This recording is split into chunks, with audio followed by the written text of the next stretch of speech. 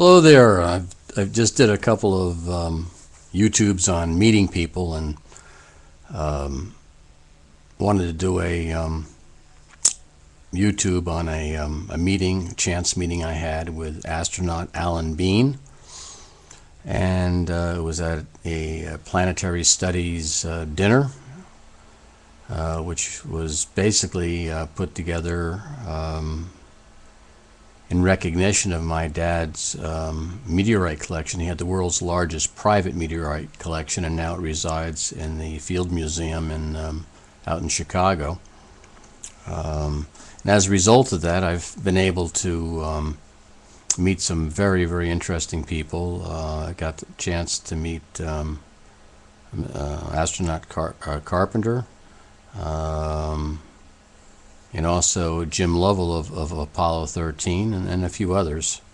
But I remember a very kind of funny story, an interesting story about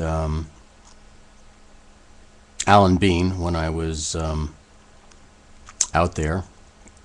And he gave a great presentation, and then after it was all over, the dinner was over, they had a Chinese auction to raise money for this great organization. And we're on the way back to the Marriott or something where we're all staying, and we're taking, I guess, a van.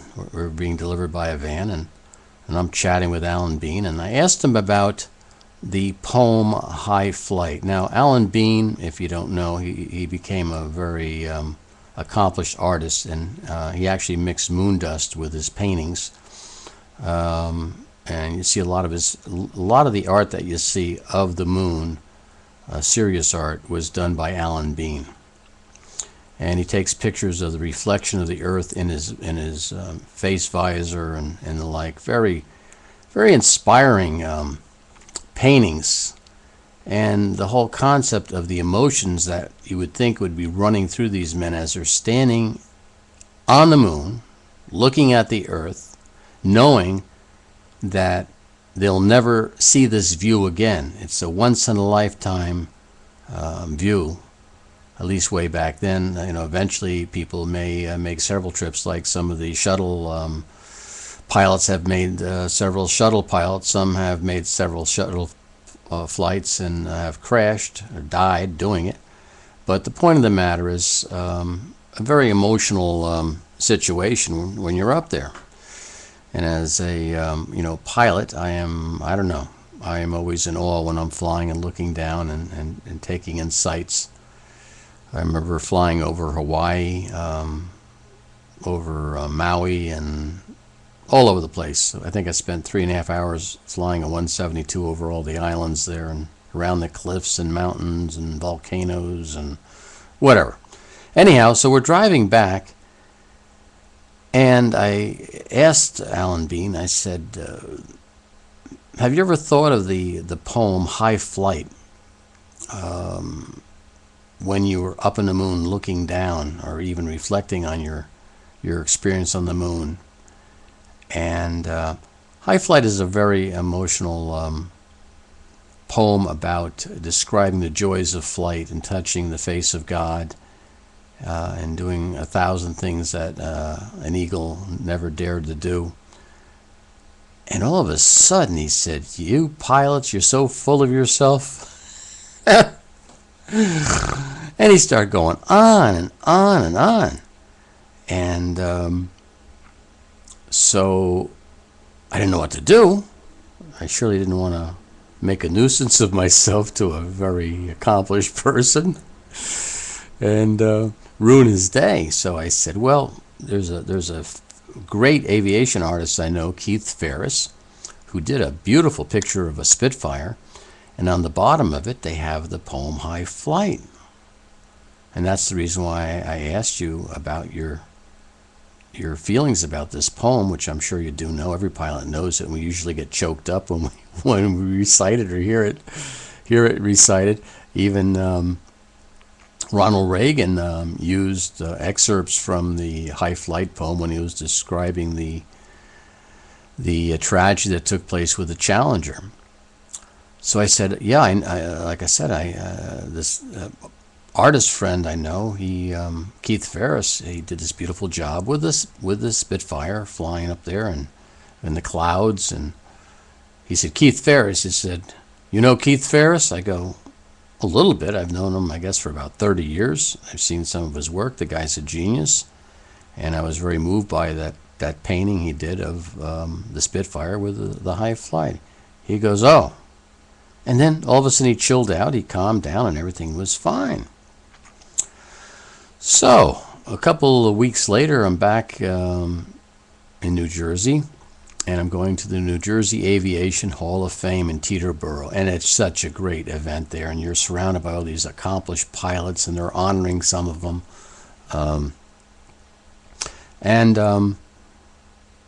So all of a sudden, who do I see? I see Keith Ferris. I run over to him. I say, Keith, thank you. I give him a hug, I think. And he said, what are you thanking me for?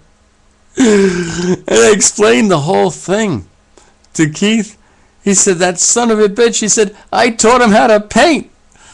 So apparently, Keith Ferris was very well fluent with what went on with the training of these astronauts. He was talking about how they actually practiced pulling teeth out of cadavers so they would know in case they had to do some, dentistry. I mean, if a guy got a toothache or something going up into space, these guys would know how to yank the damn tooth out and, and deal with it. But what's very interesting is much later